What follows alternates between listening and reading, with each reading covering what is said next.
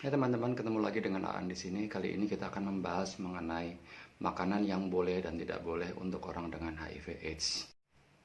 Banyak dari kita yang selama ini, terutama orang-orang dengan HIV yang selama ini mendapat informasi bahwa orang dengan HIV tidak boleh makan makanan mentah, setengah matang, sate. Lalu bagaimana dengan buah, lalapan, salad? Apakah mereka juga harus dimasak semuanya? Begini teman-teman, sebenarnya yang menjadi permasalahan adalah bukan masalah boleh atau tidaknya orang dengan HIV itu makan makanan mentah, setengah matang, dan lain sebagainya. Yang akan menjadi permasalahan sebenarnya adalah yang berkaitan dengan kesehatan itu sendiri adalah CD4 atau imunitas. Orang dengan HIV dengan imunitas CD4 di atas 500, VL undetectable, itu sudah nggak ada bedanya dengan orang tanpa HIV. Karena rujukan orang normal tanpa HIV adalah imunitasnya atau kekebalan tubuhnya adalah 450 sampai dengan 1600. Jadi pada saat orang dengan HIV kekebalan tubuhnya sudah dipulihkan hingga di atas 500, sebenarnya secara imunitas dia sudah sama dengan orang tanpa HIV, nggak ada bedanya. Lalu kenapa masih ada anggapan bahwa orang dengan HIV itu nggak boleh makan makanan mentah, setengah matang, atau lalapan, atau apapun itu namanya? Jadi kita akan coba kupas lagi mengenai hal ini. Banyak memang sebenarnya teman-teman yang tahu mereka positif atau terinfeksi itu setelah CD4-nya berada di bawah 200. Iya, pada saat kondisi seperti itu memang rentan terhadap penyakit lain karena kekebalan tubuhnya tidak cukup bagus untuk melawan berbagai macam penyakit yang mungkin masuk pada saat itu.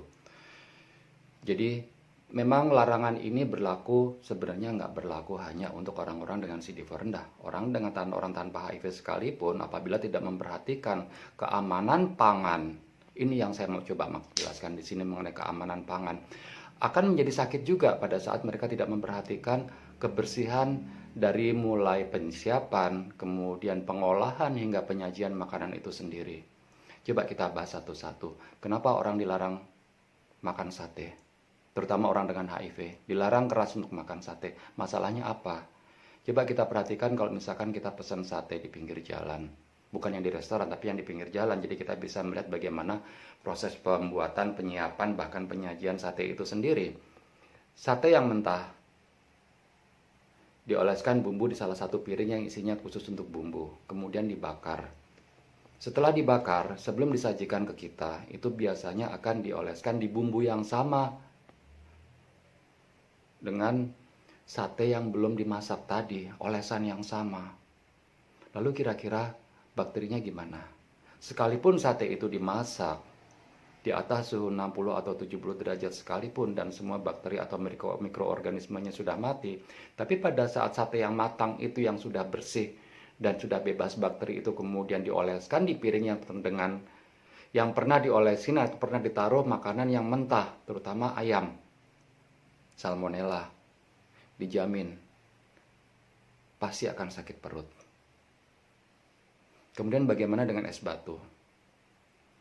Es batu di warung, jangan ngomong es batu mengenai di restoran ya. Kalau es batu di restoran kita tahu mereka dibuat dari air yang memang sudah difilter memenuhi persyaratan khusus. Kemudian kalau misalkan es batu yang di warung, pada saat kita pesan es teh manis aja, pernahkah kita melihat proses es batu itu sendiri? Kita nggak mau membahas bagaimana es batu yang balokan besar itu dibuat, karena teman-teman bisa Google sendiri, bisa cari sendiri informasi di internet. Tapi pada saat kita bisa melihat langsung bagaimana es batu itu dikirim dari pabrik pembuatan es batu ke warung terdekat, pakai becak, ditutup dengan karung goni biar nggak, kemudian ditaburin dengan sekam biar nggak cepat meleleh. Kemudian setelah sampai di warung disiram di air keran. Yakin bakteri E. coli nggak akan hidup di situ? Yakin itu es batu masih akan tetap bersih? Jadi sebenarnya yang menjadi permasalahan adalah bukan masalah boleh atau tidaknya makan makanan mentah, setengah matang, atau dan lain sebagainya. Yang selalu menjadi permasalahan dan tidak pernah kita ketahui secara terbuka adalah mengenai keamanan pangan itu sendiri. Makanan mentah seperti sashimi atau sushi, atau steak setengah matang, medium rare, atau bahkan rare sekalipun. Rare berbeda dengan raw ya. Telur setengah matang. Pada saat mereka mencapai suhu tertentu, minimum 60 atau 70 derajat Celcius, itu sudah aman untuk dimakan. Dapur di restoran atau hotel mereka memiliki standar khusus, standar kebersihan khusus, yang mana bahkan dari mulai talenan aja mereka sudah berbeda warna, yang mana masing-masing warna akan dipergunakan untuk dengan fungsi yang berbeda. Beda dengan kalau di rumah kita cuma punya satu talenan tapi dipakai untuk segala macam. Itu yang berbahaya. Makanan mentah kemudian dipotong-potong di atas talenan yang sudah disiapkan dan dipergunakan untuk makanan matang. Itu yang berbahaya. Namanya cross contamination. Jadi pada saat makanan itu matang yang seharusnya sudah aman untuk dikonsumsi akan menjadi kembali berbahaya karena dia penuh dengan bakteri. Jadi mudah-mudahan teman-teman akan memahami lagi kapan dan bagaimana kita boleh makan makanan mentah, makanan setengah matang, dan tahu bagaimana pengolahan atau keamanan pangan itu sendiri dilakukan. Akan jauh lebih aman makan di rumah. Bagaimana dengan buah? Semua buah aman untuk dimakan. Lalu apakah apel, anggur, dan lain sebagainya itu harus dikupas kulitnya? Akan konyol, karena alasan, yaitu kan karena memang dilapisi lilin. Semua buah secara alami mereka mengandung lilin secara alami. Secara natural mereka akan melindungi dirinya dengan lilin, agar tidak cepat rusak, tidak cepat busuk, tidak dimakan oleh organisme lainnya. Dan lilin ini memang aman sebenarnya untuk dimakan. Tapi kalau memang concern, akan lebih baik kalau misalkan buah-buahan ini atau sayuran ini dicuci dan dibersihkan dari pestisida yang mungkin akan ada di situ. Jadi bukan kemudian dikupas atau segala macam hanya karena alasan yang nonsens. Mudah-mudahan sampai di sini teman-teman sudah mulai memahami mitos dan fakta dan tidak begitu percaya aja dengan apa kata orang, harus begini, harus begitu, harus begini, harus begitu. Sekali lagi yang mesti teman-teman ingat adalah orang dengan HIV dengan CD4 atau kekebalan tubuh di atas 500 VL undetectable itu tidak ada bedanya dengan orang tanpa HIV. Termasuk dalam imunitas, termasuk juga dalam syarat penularan, karena mereka sudah tidak bisa menularkan lagi ke orang lain. Terus bedanya dengan orang tanpa HIV apa? Nggak ada.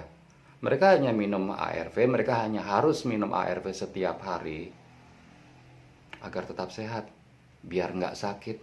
Beda dengan orang tanpa HIV yang mereka harus minum obat agar mereka sembuh sakitnya. Orang dengan HIV nggak sakit apapun juga, kecuali mereka masih ada IO, itu yang harus disembuhkan. Tapi orang hanya dengan HIV pada saat kekebalan tubuhnya di atas 500 dan nggak sakit apapun, yang mau disembuhkan apanya? Jadi silakan teman-teman kembali menikmati hidup seperti semula, tetap jaga kewaspadaan, kemudian jaga sanitasi, hygiene, termasuk keamanan pangan ini sendiri yang harus teman-teman mulai pikirkan dan mulai tanamkan di pola pikir teman-teman sendiri.